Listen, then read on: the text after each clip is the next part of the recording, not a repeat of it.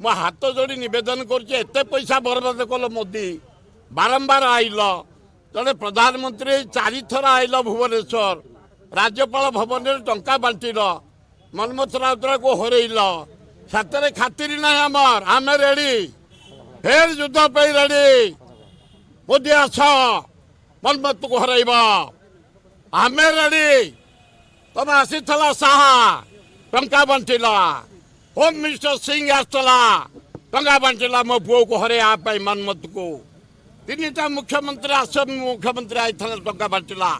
खातिर नहीं आम रेडी 4,83,000 भोट पाइलु नागरिक देते मात्र 10-12 हजार हारीचु खातिर नहीं मोदी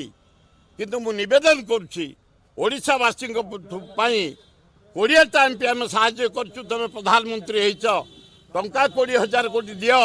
महानदी गोटे बंद हो जाओ मु निवेदन करे मोदी की अनुरोध कर।